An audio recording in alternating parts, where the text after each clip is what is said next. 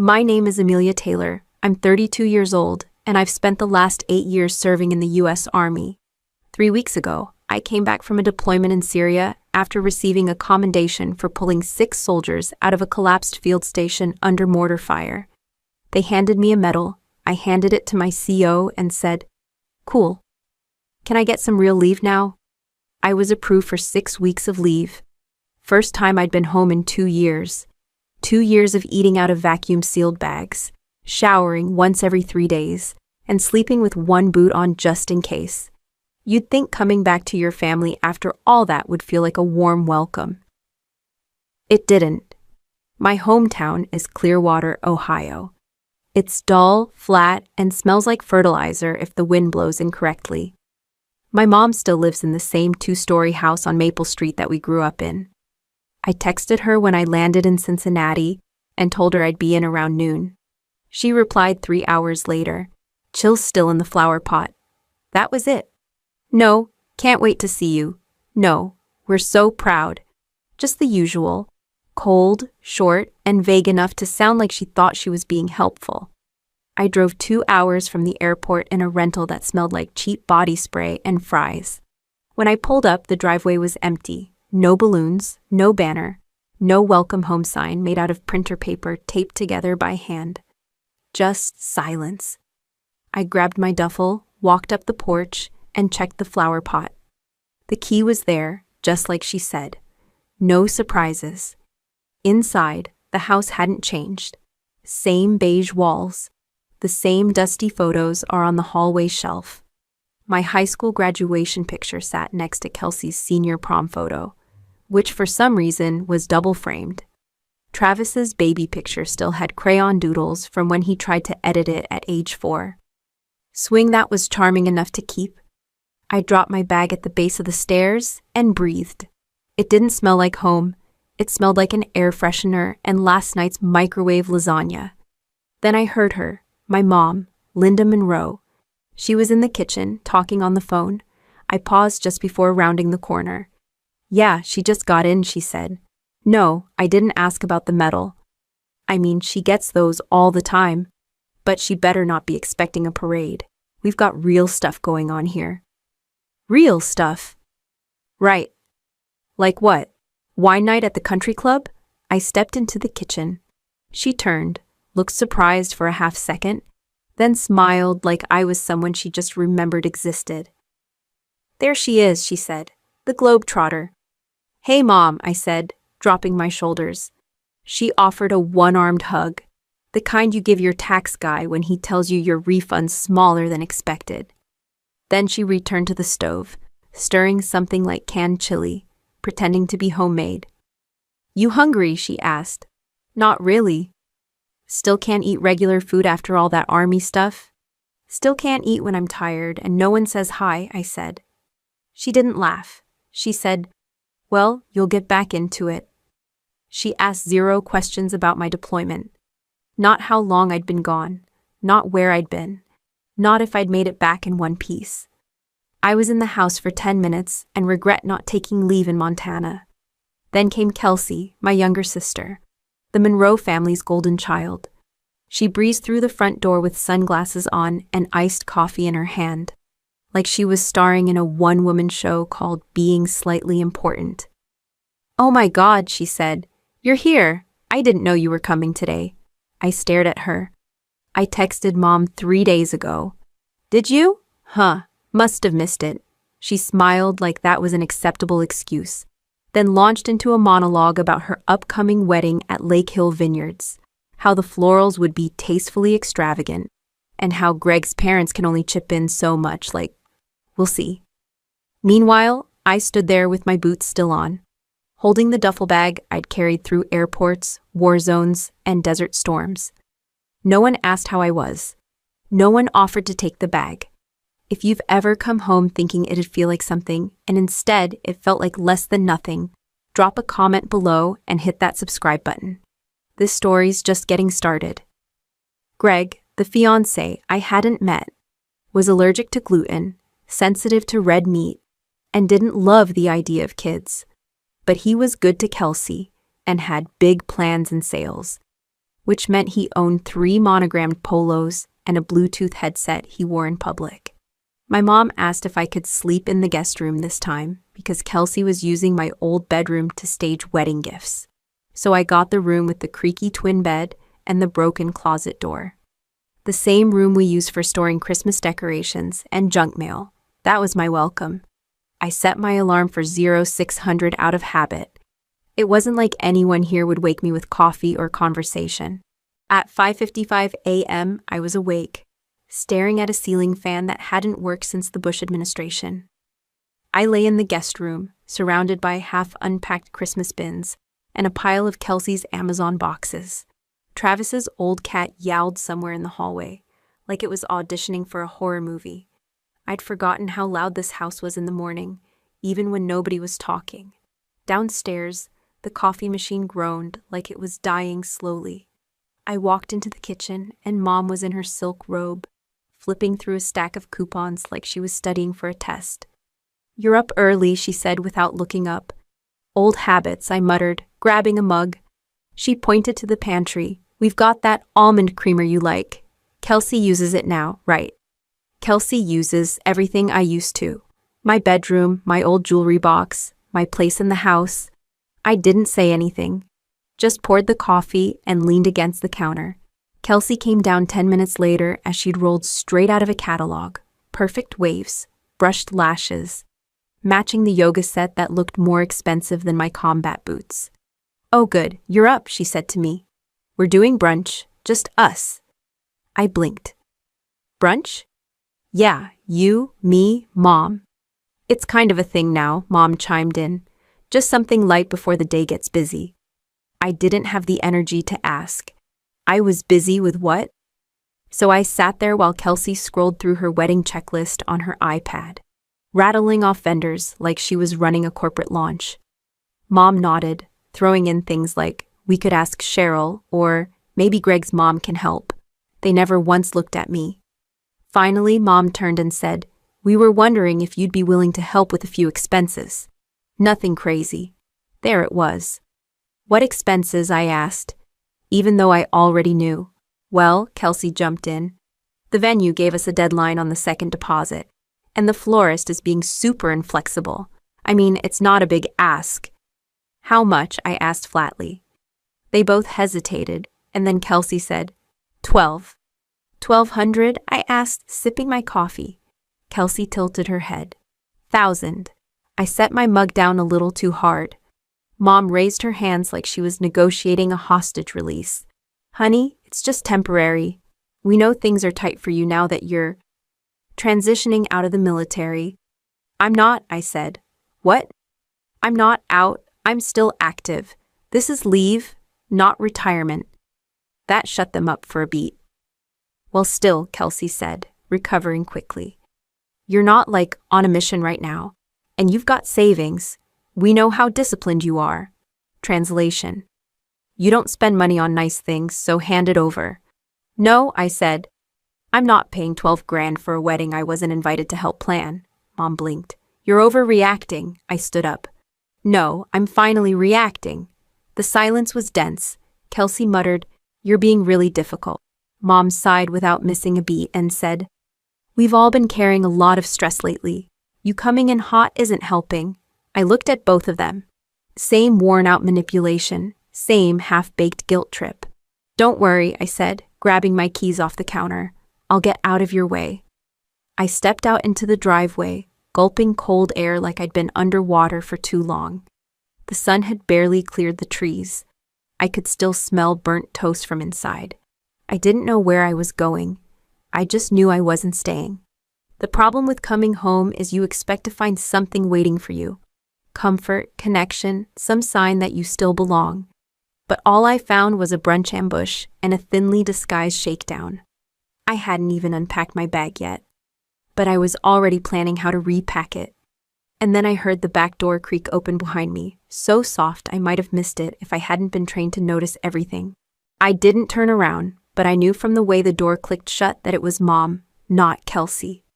Her slippers scraped across the porch like she wanted me to hear her coming.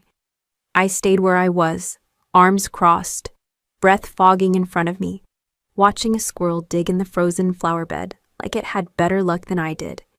You know, she started softly. You don't have to make everything so hard. I kept my eyes on the driveway. Didn't know no was a federal offense. She took a step closer. You haven't changed much. Still stubborn as ever. That made me turn. And you haven't changed either, still asking with one hand while hiding the knife in the other. Her mouth tightened. You think I'm the villain here? I stared at her. I think you don't like hearing the word boundaries. She folded her arms, the silk of her robe catching the morning light. Your sister's wedding is important. I'm not arguing that. She needs help. She has a fiancé, a full-time job, and access to every credit card you've ever opened in your name. She doesn't need help. She wants funding. Mom took a breath, that shaky inhale she used to fake while trying to cry. This isn't about money, Amelia. This is about family showing up. Funny, I said. That only applies when I'm footing the bill.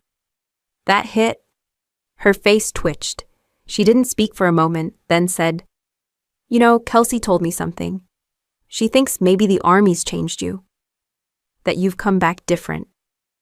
Colder, I barked out a laugh. Yeah, war zones'll do that. I didn't mean it like that. No? How'd you mean it?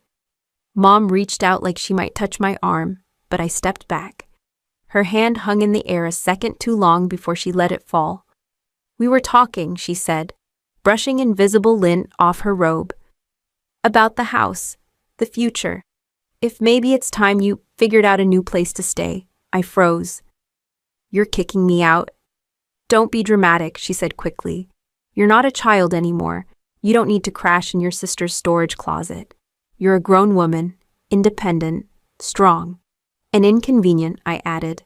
Don't forget that part. She blinked. That's not fair.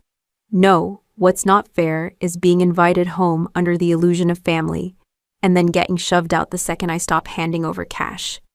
You said it yourself, she replied, voice rising slightly. You've got your career, you've got your benefits. You don't need us. I didn't realize needing someone was a requirement for being treated like a human being. Another beat of silence passed between us, colder than the wind whipping around the side of the house. Finally, she said, Well, we've decided. You can stay through the weekend, but we think it's best you find somewhere else after that.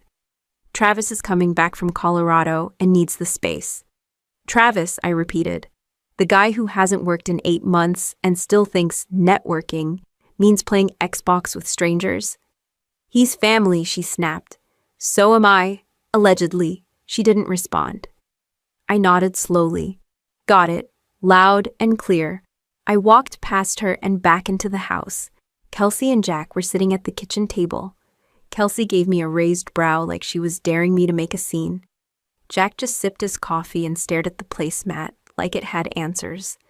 I went upstairs, closed the guest room door, and locked it. The noise of their talking downstairs faded under the hum of my thoughts.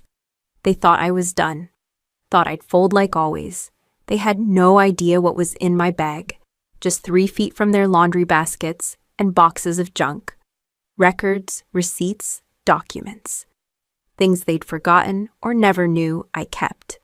But I remembered every transfer, every late-night call, every time they said, "You're our hero," right before asking for money. I opened my duffel bag and pulled out the folder.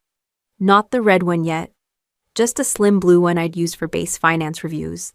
Inside were dates, bank slips, and screen captures I'd printed out. I'd never needed to prove myself before, but something in me itched to line everything up, to show it all, raw and unedited. Not to plead, but to reveal. They wanted to kick me out, let them. But before I walked out that door, they would understand precisely what they'd been living off of. I laid the documents on the bed, one by one, like I was cleaning a rifle before deployment. The printouts were wrinkled from months of being carried across states and countries. I flattened them out on the comforter, my makeshift war table. The smell of cheap detergent and lavender air freshener clung to the sheets. It didn't fit the mood. One by one, $2,500 for Kelsey's car repairs.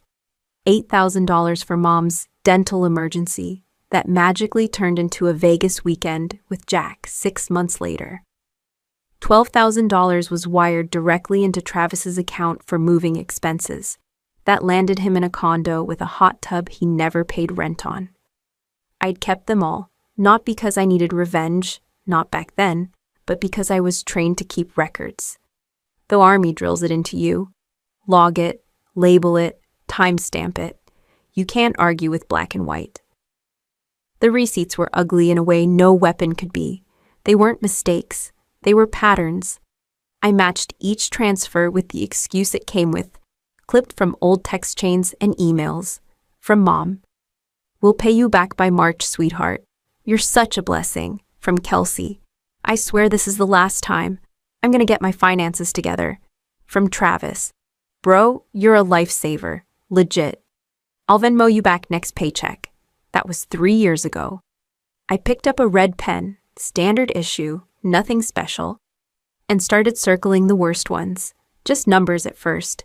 Then I added little notes in the margins. Never repaid. Casino withdrawal 2 days later.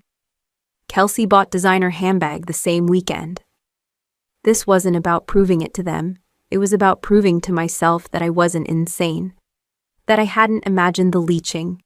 The lies were always neatly wrapped in love and family. But strip that away, and you've got a scam with birthday cards. There was a knock. I didn't answer. Another knock, louder this time. "Amelia?" It was Jack. I waited. "Hey, your mom said you were packing. You, want to talk about it?" I opened the door just wide enough to see his glassy eyes and the tumbler in his hand. It wasn't coffee. "We've got nothing to talk about, Jack." He tried a smile. "Come on now. We're not kicking you out, we're just rebalancing. You've been gone a long time. Things shifted." "Save it," I said, and put the drink down. "It's not even noon." He chuckled like that was funny. It wasn't. I shut the door in his face and went back to the bed, lined everything up again. Somewhere downstairs, laughter burst from the TV. A rerun of a sitcom they all loved. The one I always found hollow. I took a photo of the bed, the entire layout, just in case. Then I pulled out my laptop and logged into my savings account. My balance is $3,211. And that was after 20 years of discipline and military pay. I'd spent more on other people than I'd saved for myself. My eyes stung, but I didn't cry. I wasn't built for tears anymore. You spend enough time around body bags and folded flags and realize emotions are for after. I opened a blank document and began drafting something I never thought I'd write. A repayment demand, not a threat, not a lawsuit, yet. Just the truth, with interest. I wasn't asking them to love me, just to admit what they'd taken. I typed the first name, Kelsey, then Travis, then Mom, then Jack. Next to each I wrote a number. Then I underlined it. I knew they'd scoff, call me dramatic, controlling, unforgiving. But I was finally done pretending that being quiet made me stronger. I saved the file, printed a copy, and slid it into the blue folder. One folder down, the red one came next. In it were screenshots they didn't know I had. Instagram stories, tagged photos, vacation check-ins. Evidence of the money trail. Photos of Mom and Jack sipping cocktails at a rooftop bar the week I sent them money for roof repairs. A close-up of Kelsey's new engagement ring with the caption, "He did good."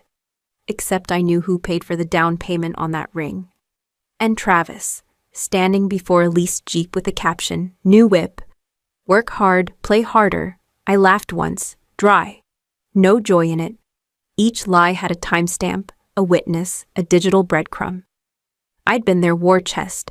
Not anymore. I zipped up the red folder like I was sealing a classified file, because in a way, that's exactly what it was. I knew I needed help. Not emotional comfort, not advice. Real, strategic help. So I called the only person I trusted outside that toxic circle, Nina Garrett. We served together at Camp Pendleton. She once disarmed an IED with a bobby pin and a stick of gum. If anyone knew how to handle sabotage, especially the kind that came dressed in family smiles, it was her. We met at a diner in Portsmouth.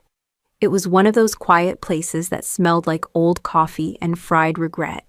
She slid into the booth across from me and looked me over once. "You look like someone who just got stabbed in the back and handed the bill," she said, sipping her black coffee like jet fuel. "Close," I replied. "Try evicted by your own sister after financing her entire adult life." She didn't blink. "What do you need?" "I need to prove they used me. I need documentation, I need strategy, and I need someone who won't tell me to forgive and move on." She nodded. "So you're finally done with the martyr routine. Good. Let's get to work." That's how Operation Backbone was born. I called it that because it was the one thing my family never expected me to grow. Nina introduced me to a private investigator she knew, a guy named Curtis Doyle, who looked like a middle school gym teacher, but had the instincts of a bloodhound and zero sense of humor. He didn't do chit-chat, but he did know how to find bank records, track property purchases, and trace money trails like a damn accountant with handcuffs. "Give me 30 days, he said after reviewing my red folder. "You'll know everything they've done with your money, including things you never wanted to know." He was right. 2 weeks later, I got a drop file emailed to me with encrypted links and a subject line that read, "Your family's greatest hits." It was 84 pages long. Stephanie and her husband own not one, but 2 properties. One purchased during the same week she claimed her mortgage was overdue. Drew had a BMW registered under an LLC that never existed. And Mom had spent over $20,000 at River Rock Casino in the past 6 months alone. Meanwhile, I'd been skipping vacations, eating ramen, and putting off dental work like a broke college student. The folder swelled. I added screenshots, statements, receipts. Nina helped organize it by category: fraudulent use of funds, unfulfilled loan agreements, and emotional manipulation patterns. It read like a damn war crime tribunal, but in pastel font and Venmo screenshots. "Now," Nina said, leaning back in her chair like a field commander, "what's your endgame?"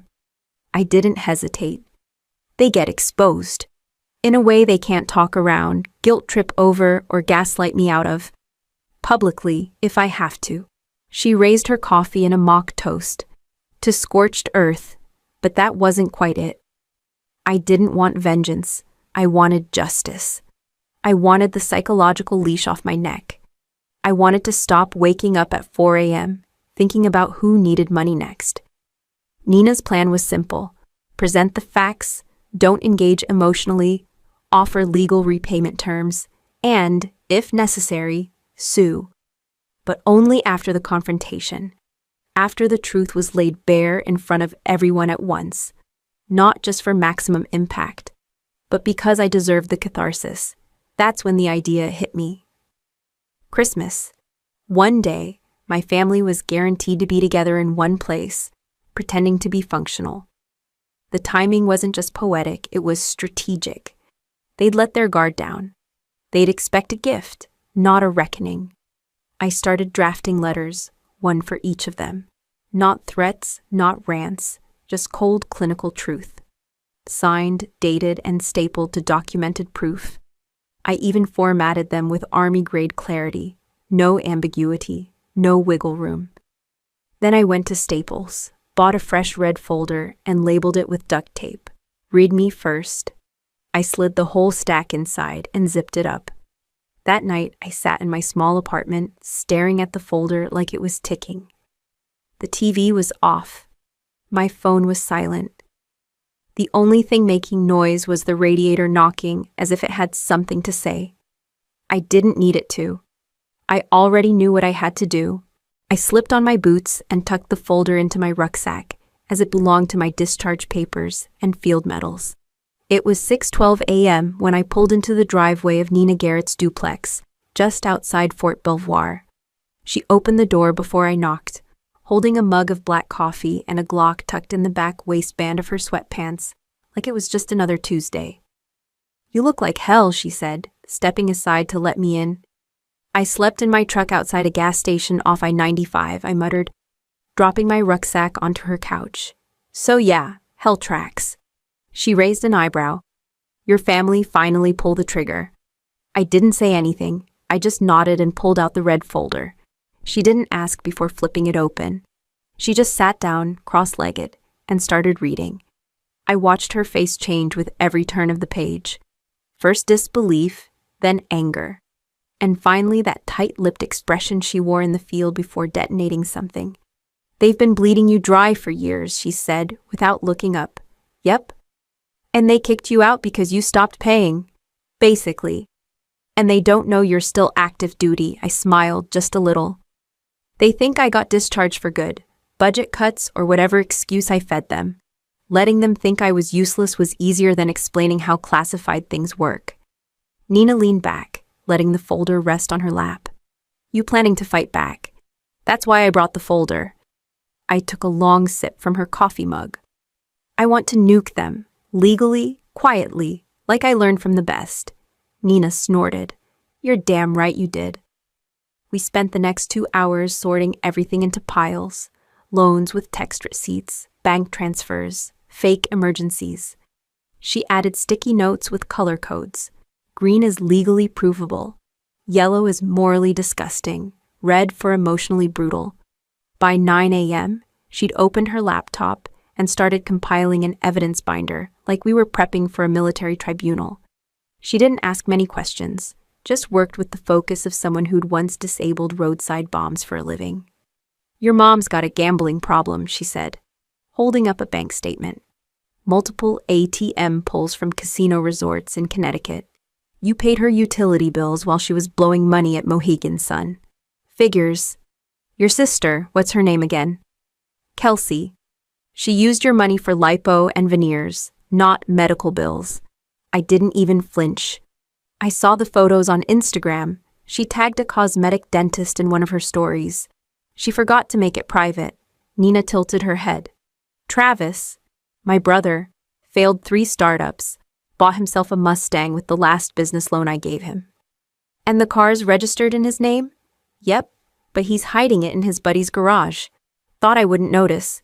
She stared at me like she didn't recognize me. Amelia, you could get all this back. Maybe not all, but a good chunk. Especially if we hit them with civil claims and back it up with this folder. I'm not doing it for the money, she nodded slowly. You're doing it to remind them I'm not the ATM they think I am. Exactly. There was a long pause. Then she said something I wasn't ready for. You still love them, huh? I didn't answer for a while. I don't know if it's love or just leftover guilt. Either way, I'm done paying for it. That's when she printed the first stack of forms. Debt recovery claims, preliminary demand letters. She made a checklist of every step I'd need to file in Virginia and Massachusetts. You sure about this? She asked as I signed the first draft. I deployed to Kandahar with 2 cracked ribs and no backup. I can handle my mother's crocodile tears and my sister's fake victim routine. She grinned. Now that's the Amelia I remember. The day stretched on. We ate bad pizza, built a timeline, and reviewed screenshots from my cloud backup that I hadn't looked at in years. Text from my mom asking for a small favor. Venmo request from Kelsey labeled for groceries that matched the exact cost of designer heels. It wasn't just documentation, it was an autopsy. Every page showed a piece of me they'd carved away, smiling while they did it. I didn't cry, I didn't scream. I just kept reading, writing, signing. By nightfall, we had 3 folders: legal, financial, and emotional. Nina said I should burn the 3rd one after we were done. I told her I'd think about it. We sat in silence for a while after. She finally asked, So when are you going to drop the hammer? When everyone's sitting around the Christmas ham, I said. Right after Kelsey gives me another passive-aggressive mug. No music swelled. No dramatic cut. Just the hum of the ceiling fan and the soft click of a pen as I checked the following box. 2 days later, I stood outside my mother's house with a rental car idling behind me and frostbiting through my gloves.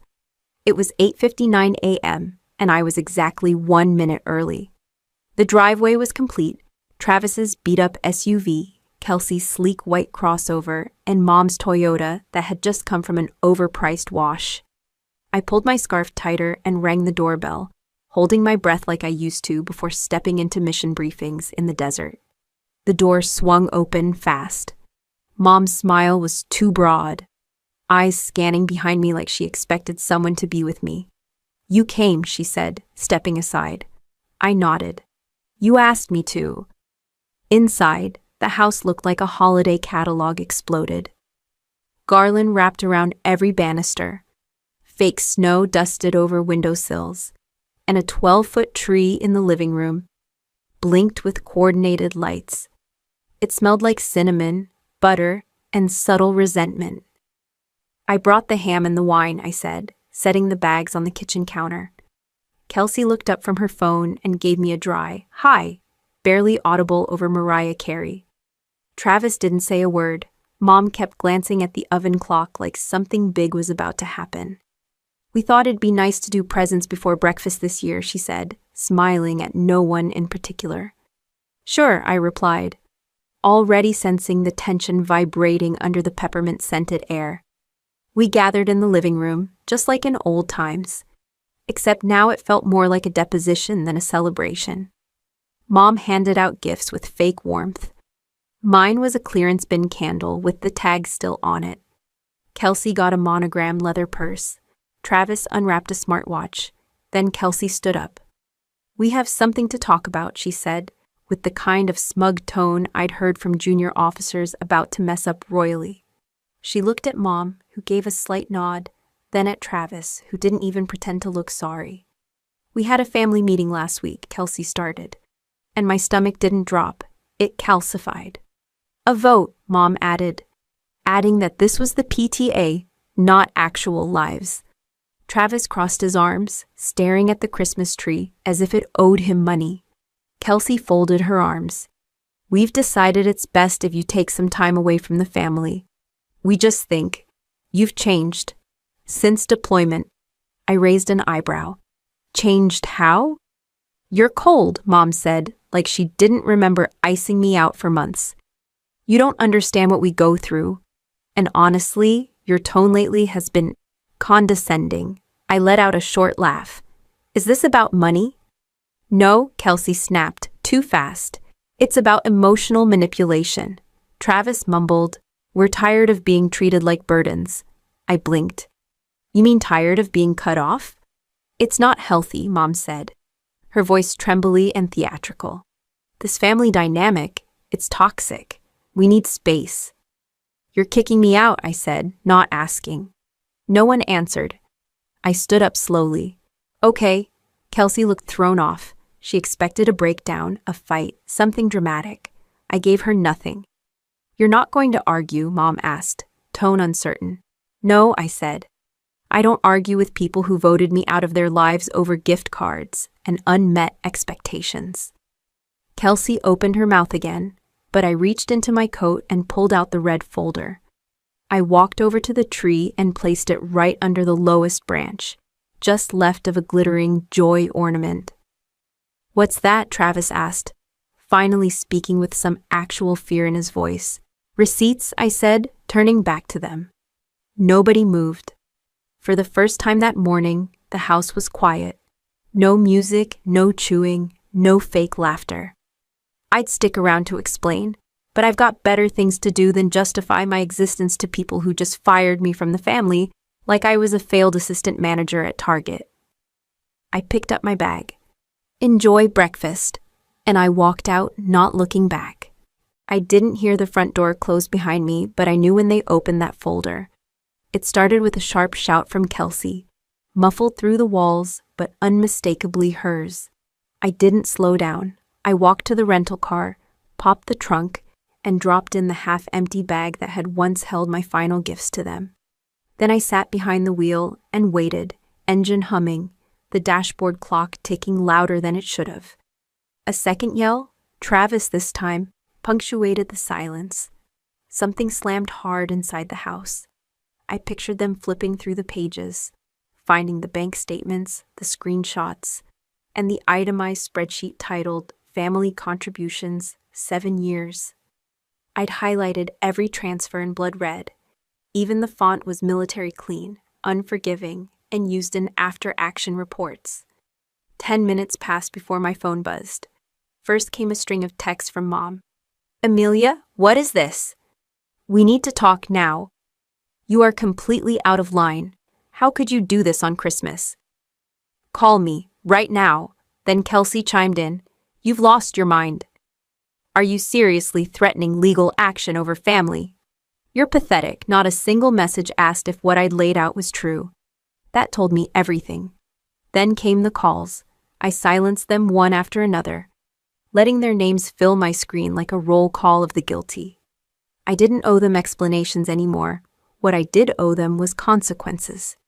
Real ones. I drove to a quiet diner 2 towns over, ordered coffee, and opened my notebook. I began logging timestamps, when they texted, what they said. Documentation matters now more than ever for legal defense and clarity. I didn't want to second-guess a damn thing. An hour later, Nina Garrett texted. "You good? Heard from your brother." "He says you went nuclear," I replied. "They dropped the first bomb years ago. I just gave them the damage report." She responded with a skull emoji, and then, "Proud of you, standing by if you need backup." It helped. Nina always cut through the noise. We served together in Kandahar, and she'd seen me patch up gunshot wounds in 110-degree heat. While our supply convoy took mortar fire, she was among the few who understood that endurance wasn't the same as tolerance, especially not when the abuse came from people you shared a last name with. Later that evening, a knock on my hotel room door startled me. It was Jack, standing awkwardly in a snow-dusted coat, holding a white envelope in his gloved hands. He looked around the hallway before speaking. "Your mom doesn't know I came." I stepped aside, letting him in. He glanced around the room like he was checking for landmines. I offered him no small talk. "I read it all," he said, handing me the envelope, the folder, every page. Inside were copies of receipts I'd sent over the years, his handwriting now scribbled in the margins, dates, amounts, notes like, "Didn't know this came from her," or "Karen told me it was from an inheritance." "She lied," he said. "A lot. I didn't know half of it." "You didn't ask," I replied. He winced. "Fair?" I sat across from him. "So why are you here?" I wanted to say, "I believe you, and thank you for keeping us afloat, even when I didn't deserve it." It wasn't an apology, but it was close enough for Jack. "I'll cooperate with whatever repayment plan you pursue," he added. "Just let me know what you want me to sign." I nodded once. "You'll hear from my lawyer." When he left, I didn't cry. I didn't shake. I felt nothing didn't but a faint buzz of adrenaline tapering off like post-mission calm. I contacted the first person who'd realized this wasn't about money, it was about value. Who valued me, and who only valued what I could give. Back in the hotel room, I turned on the lamp and opened my laptop. I began building a second folder, this one for healing. New passwords, new boundaries, and a new bank account they would never have access to again. I hit print on my laptop and watched the first page spit into the tray. Another transfer receipt from my account to Mom's was labeled emergency medical bill. The irony wasn't lost on me. That same month, she'd posted photos online from her weekend at a spa resort in Vermont. I wasn't even angry anymore, just focused. Focused on the way I'd been when I trained to jump from helicopters or handle a weapon under pressure. This was just another mission. And this time, I wasn't rescuing anyone but myself. I had spreadsheets now. Names, dates, amounts, and reasons. Text messages backing up each promise to pay back. Screenshots of Instagram posts that contradicted their sob stories. Bank statements with my transfers are highlighted in neon yellow. A photo of the house Stephanie and Greg had just downsized into. 3 stories, pool in the back, and a 3-car garage. They said they were struggling. Struggling meant putting your Range Rover under a shaded pergola. And the most satisfying part, the numbers. I calculated everything to the cent. $213,587 over 6 years. That didn't include groceries, gifts, vacations they invited me to, then made me pay for, or surprise emergencies, like new phones or overdue vet bills. That was just cold, hard cash. I labeled the folder on my desktop. Red folder, master. It was morbidly funny. The exact phrase was once used in the Army for death benefits paperwork. In this case, it was documenting the death of my tolerance. I didn't talk to them during this phase. I needed the silence. I needed to put myself in a headspace where I could move without guilt, without second-guessing every step. They texted and they called. I didn't respond. Kelsey sent a TikTok, which she thought was funny. Travis asked if I'd heard about some job lead at a vet supply startup.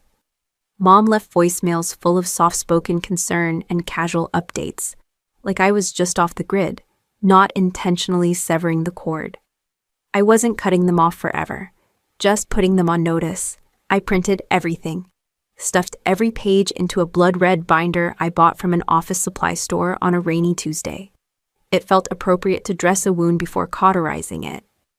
I laminated the cover page for no reason other than to make it feel official.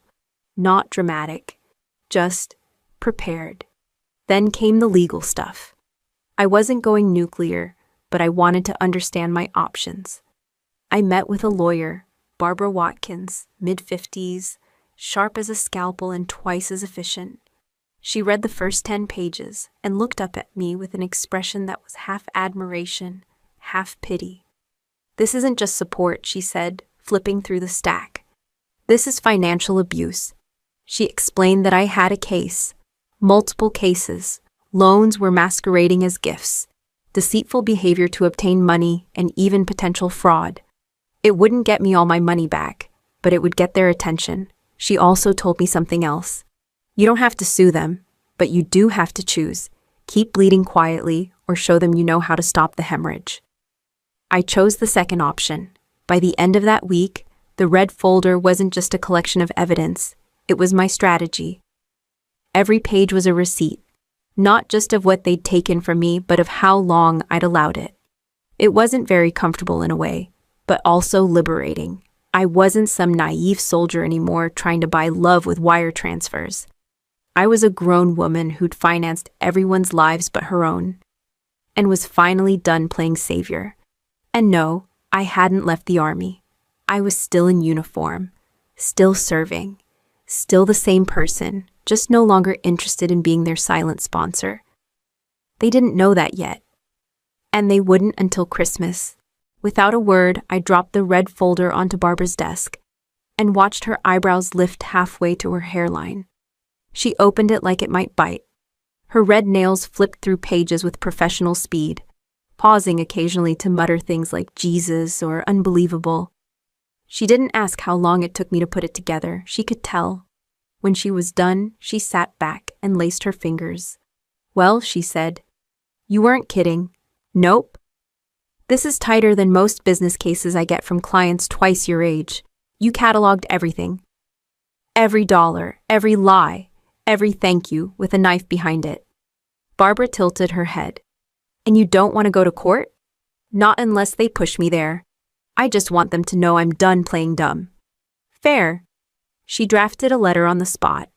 It wasn't angry, it wasn't emotional, it was tactical, just like I wanted. It outlined the total amount loaned, the attached documentation, the timeline of transfers, and the expectation of repayment, or at minimum, written acknowledgement of debt. No threats, just consequences. We printed 3 copies. Barbara sealed each one in a legal envelope with crisp precision. "These are ready to serve," she said. "I'll deliver them myself." Her lips curled into a smile. Military-grade confrontation. I like it. I left her office with the envelopes tucked into a flat briefcase and drove straight to the print shop.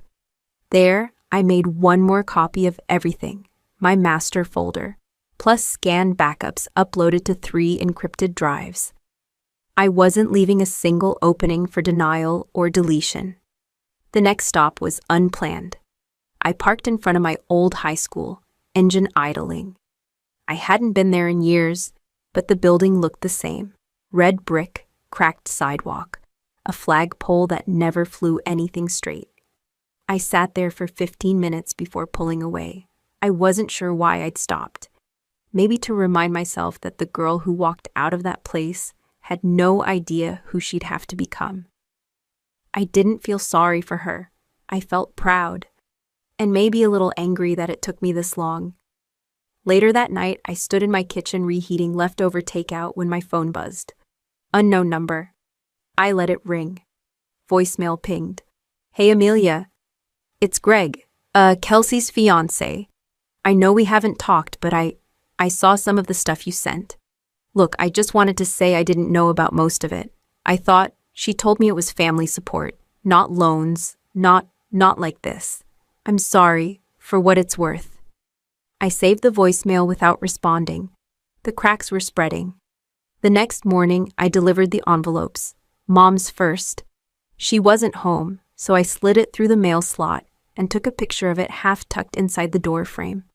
Time-stamped. Geotagged. Legal delivery confirmed. Then Travis.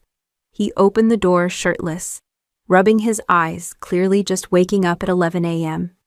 He looked down at the envelope, and then up at me. What is this? You'll want to read it carefully. It's not optional. You serious right now? Dead. I walked away before he could speak again. Last stop, Kelsey. She lived in a gated community, courtesy of a fiancé to whom she hadn't told the whole truth. I buzzed the call box. She answered on the second ring. What? I've got something for you. Silence. Then, fine. Come in. She met me at the door wearing full makeup like she'd been expecting a camera crew. Her smile was tight and fake. Didn't expect to see you in person, she said, folding her arms. I handed her the envelope. Everything's documented. Read it, show it to your lawyer, scream into a pillow. Just don't call me until you're ready to be an adult. She snorted. You're unbelievable. No, I said. I'm finished. I turned and walked down the polished stone path. Briefcase empty, hands light for the first time in years. There was no yelling, no breakdown, no public explosion, just delivery of facts, of boundaries, of final notice.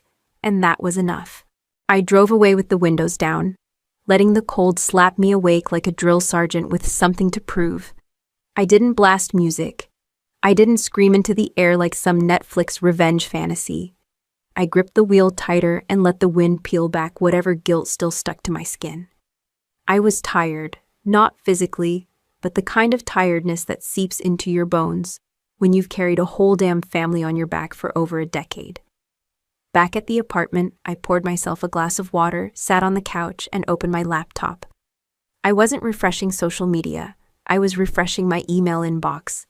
I didn't wait long. First came a message from Mom. Subject line, "We need to fix this." I opened it. It was a 3-paragraph masterclass in emotional deflection. No acknowledgement of the debt. No ownership of the lies.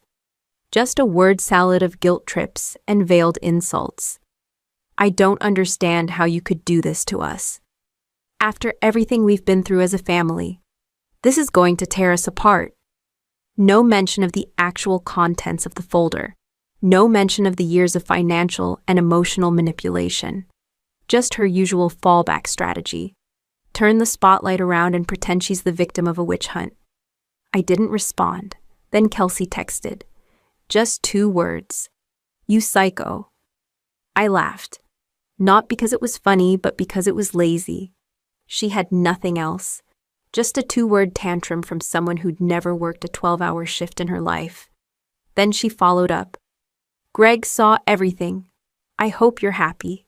That one hit. Not because I cared what Greg thought, but because she finally understood the cost of exposure. You don't get to lie forever. Not in the age of screenshots and joint taxes. At 10:13 p.m., my phone rang. Unknown number. I almost ignored it, but something told me to pick up. Hello? Amelia? The voice was cautious, male, older. "This is Greg's dad. Jim," I paused. "Okay. I just wanted to say, I read the file. My wife and I did. We didn't know about any of this. Not surprising. We've already started a conversation with Greg. He's not doing great. But he needed to see it, and so did we." Silence. "Anyway," he said, voice gentler now. "Whatever happens next, thank you for not staying silent." "Thanks for the call, Jim." He hung up. I set the phone down and stared at the wall. I didn't feel victorious. I felt vindicated, and there's a difference. Victory is about beating someone. Vindication is about finally being seen. The next morning, Nina showed up unannounced with 2 coffees and a box of donuts. She looked at me like a sergeant checking on a soldier after a night raid. "Well?" she asked, handing me the coffee. "They're cracking," she grinned. "Good." We sat silently, chewing stale donuts and watching the morning light creep through the blinds. Then she asked the one question I hadn't fully prepared for. "What happens if none of them pay?" I wiped powdered sugar from my hands and leaned back. "Then I never speak to them again. And if they try to manipulate their way back in? They won't get through." "You sure?" "I've got boundaries now," she nodded. "Damn right you do." Later that afternoon, I checked my mailbox and found a certified letter from a local attorney. Kelsey's name is on the return address. Inside was a formal response. Denial. Every claim I'd made was labeled inaccurate, out of context, or fabricated. Not a single dollar was admitted. Not a single apology. But that's the thing about truth backed by paper. It doesn't need your permission to exist. I scanned the whole letter, uploaded it into the red folder, and flagged it for Barbara. No emotion, just process. That night, while heating leftovers, I got one final text. It was from Travis. "I'm broke. I get it. You win. I'm sorry. I didn't answer. Because I didn't need to win. I just needed to stop losing. And finally, I had." I folded the letter from Kelsey's lawyer once and again until it was small enough to disappear in my palm. I didn't tear it. I didn't burn it. I just placed it in a drawer next to old medals and forgotten utility bills, things that used to matter but now just filled space. Then I locked the drawer and stood up. It was sunny outside, cold but clear. It's one of those rare winter days that tricks you into thinking things might get better. I grabbed my coat and walked. No destination, just movement. Something my drill instructor once said echoed. If you can't fix the fight, change the ground. I passed a bakery, a park, and a closed-down hardware store. Ended up at a small used bookstore tucked between a vape shop and a payday loan office. I went in. Not because I wanted a book. Because I needed a place that didn't smell like memory. The guy behind the counter didn't even look up. I wandered the aisles until I found a shelf labeled Memoir. One caught my eye. Breaking Point. A Soldier's Journey After the War. I flipped it open and read a paragraph that hit too close.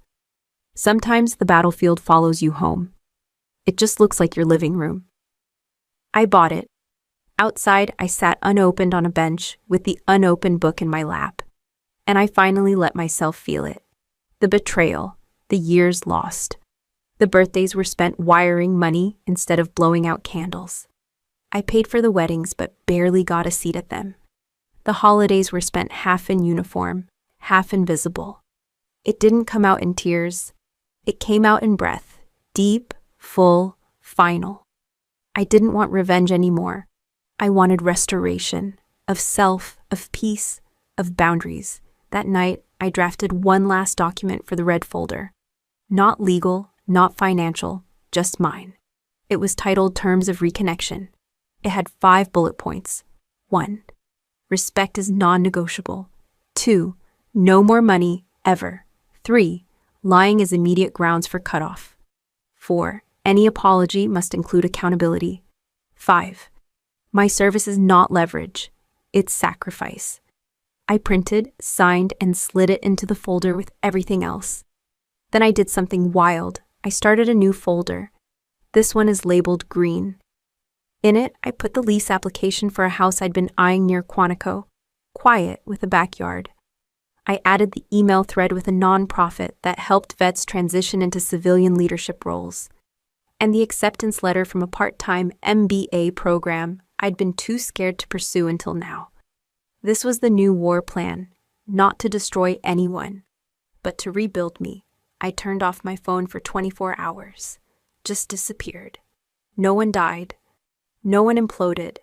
The world kept turning, and so did I. When I turned it back on, there was one voicemail from Jack. "Hey, I know everything's a mess, but I just wanted to say I miss my sister. Not the ATM, not the rescuer. Just you. No pressure. Just thought you should hear that."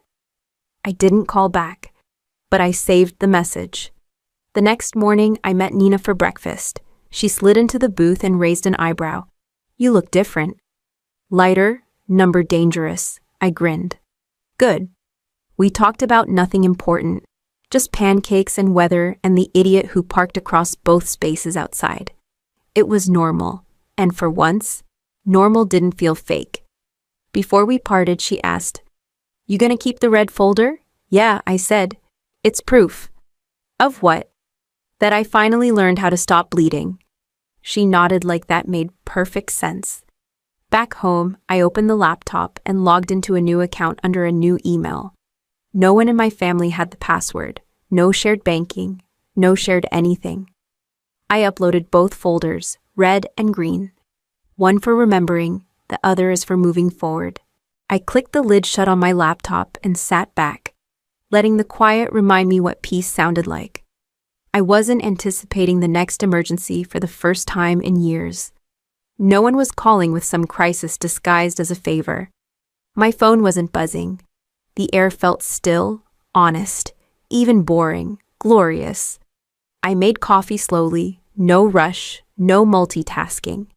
I just waited while it brewed and took a breath. My breath. Not someone else's to borrow. I'd scheduled no meetings that day, no family, no confrontation. Just errands. I picked up my dry cleaning, bought a new lockbox for my documents, replaced the sad little plastic plant in my kitchen with a real one. A low-maintenance snake plant. Survives almost anything like me. At the checkout line, the cashier asked, "Military discount." I blinked, then nodded. "Yeah," I said, still active. She smiled. "Thanks for your service." That used to feel strange, like a weight I had to carry. Now it felt like armor I'd finally earned the right to keep on or take off, depending on the day. Later, I stopped by the leasing office for the house near Quantico. The woman behind the desk, Michelle, had kind eyes and fast fingers. "We've got 2 applicants behind you," she said. "But you're pre-approved, credit score's solid, references check out." I handed her the check. "Then let's do it." She smiled and printed the final form. "Welcome home, Ms. Taylor." No hesitation, no anxiety, just yes. On the way out, I noticed a young couple touring another unit. He wore a navy hoodie, and she was holding a clipboard with printed questions. I remember being that hopeful once. I didn't envy them, didn't pity them. I just hoped they got a better start than I did. At home, I boxed up a few things I didn't want to bring to the new place. Old gifts from the family, photos I wasn't in, awards they never came to see me receive into a donation pile. It's not a bitter move, just making space, literally and otherwise. Then came the email, from Barbara. Subject, final update, Taylor family file. I opened it. She'd attached PDFs, time-stamped copies of her communications with Travis's new attorney. Travis had agreed to a small monthly repayment plan, legally binding, signed. The amount was pitiful in the grand scheme, but it wasn't about that anymore. It was the first time he'd ever put anything in writing. Mom had lawyered up but gone quiet. Barbara flagged it as posturing. Kelsey, unsurprisingly, remained combative. Her attorney had filed no counterclaim, but kept using frivolous and vindictive in their responses. Barbara's note beneath the updates was short. "You've held your ground. If anything escalates, I'm ready. I replied with just 2 words. Thank you. Then I closed the email, stood up, and poured another coffee. Not because I needed the caffeine, but because I finally had time to sit and taste it. The walls of my apartment no longer felt like a bunker. No more folders sprawled across the table. No more post-it notes stuck to every surface. No more living like I was under constant fire. I turned on some music. Not military cadence, not white noise, real music. A blues playlist I hadn't touched in years. I sat back down, sipped, and listened. One song came on with a lyric I hadn't heard in forever. Don't come knocking if you helped build the cage. I smiled. It wasn't that I hated them. I didn't owe them anything anymore, not explanations, access, or even updates. They could twist the story however they wanted to make themselves the victims. They could call me cold, distant, ungrateful. They always had. But I wasn't carrying that anymore. That was theirs to hold. I packed the last box of my apartment with steady hands and no second thoughts. No shaking, no hesitation, just tape, stack, lift. It wasn't heavy compared to the years I'd spent dragging guilt around like body armor. I had one last sweep to make. Under the couch, behind the fridge, in the closet where I used to keep emergency duffels. Nothing left but dust and a few crumpled receipts. The place looked sterile now, like I'd never really lived here, just waited here. I left the keys on the counter, locked the door behind me, and walked to the car. The new house sat 40 minutes away, tucked in a quiet cul-de-sac near a park and a small creek. Not flashy, not expensive, just mine. The driveway was empty when I pulled in, and the porch light clicked on automatically like it already knew I was coming home. Sunlight poured through the windows, bouncing off freshly painted walls and bare floors. I set the first box down in the corner of my home office. It had a real door, a lock, privacy, something I hadn't had even in childhood. I walked through the house slowly, kitchen, bathroom, bedroom. Every room is a blank slate. No shared past, no inherited chaos, just space, peace, silence with edges I could live inside without flinching. I unpacked one box before stopping, just the essentials. I need a coffee maker, clean sheets, a laptop, and a red folder. I placed that last one in the top drawer of my desk, not because I needed to see it often, but because I wanted to remember it existed. A record, not of revenge, but of release. That evening, I sat on the back porch with a beer, and no one was asking for anything. The air was cool and dry. A dog barked 2 houses down. Kids rode by on bikes. I watched the sunset dip behind the tree line, and for once, I didn't feel like a ghost sitting in someone else's life. I pulled out my phone. Messages still sat unopened. From Mom, "We're still family, you can't erase that." From Kelsey, "I hope you're proud of yourself." From Travis, "Let me know if we can talk. I don't know how to fix this." And from Jack, "I left. I'm not living with them anymore. Not because of you, because of me. Just thought you should know." I read each one once. Then I archived them. Not deleted, just shelved. Like people who'd once taken everything and now didn't know how to sit with silence. I opened a new email draft. Subject line, reconnection terms. I didn't send it, but I wrote it. I'm not angry anymore. I'm just aware. I don't need apologies. I need distance. I'm not looking to punish anyone, but I won't volunteer to be hurt again. If we speak again, it'll be on neutral ground. No guilt, no debt. I'm not the same person you last saw, and that's a good thing. I saved it in my drafts and closed the app. The stars came out slowly, no city lights to drown them. I leaned back in the porch chair and let the quiet wrap around me like a blanket that finally fit. I had done the hard thing, not just walking away, but staying gone. It wasn't about pride. It wasn't about teaching them a lesson. It was about choosing myself. and I didn't feel like I owed anyone an explanation for the first time in years. I took another sip of beer, lifted my feet, and took a long, easy breath. They used to call me the strong one. They were wrong. Now I was. Funny how long it takes to realize you were never hard to love, just surrounded by people who needed you broken to feel whole. I don't flinch when the phone rings now. I don't scan my bank account before saying yes to coffee. I sleep better, eat slower, laugh easier. Maybe they'll change, maybe they won't. But I'm not circling that drain anymore. I didn't burn bridges. I just stopped building new ones with the same old nails. Whatever they choose to remember about me, I'll be okay with it. Because I remember everything. And I'm finally done forgetting myself.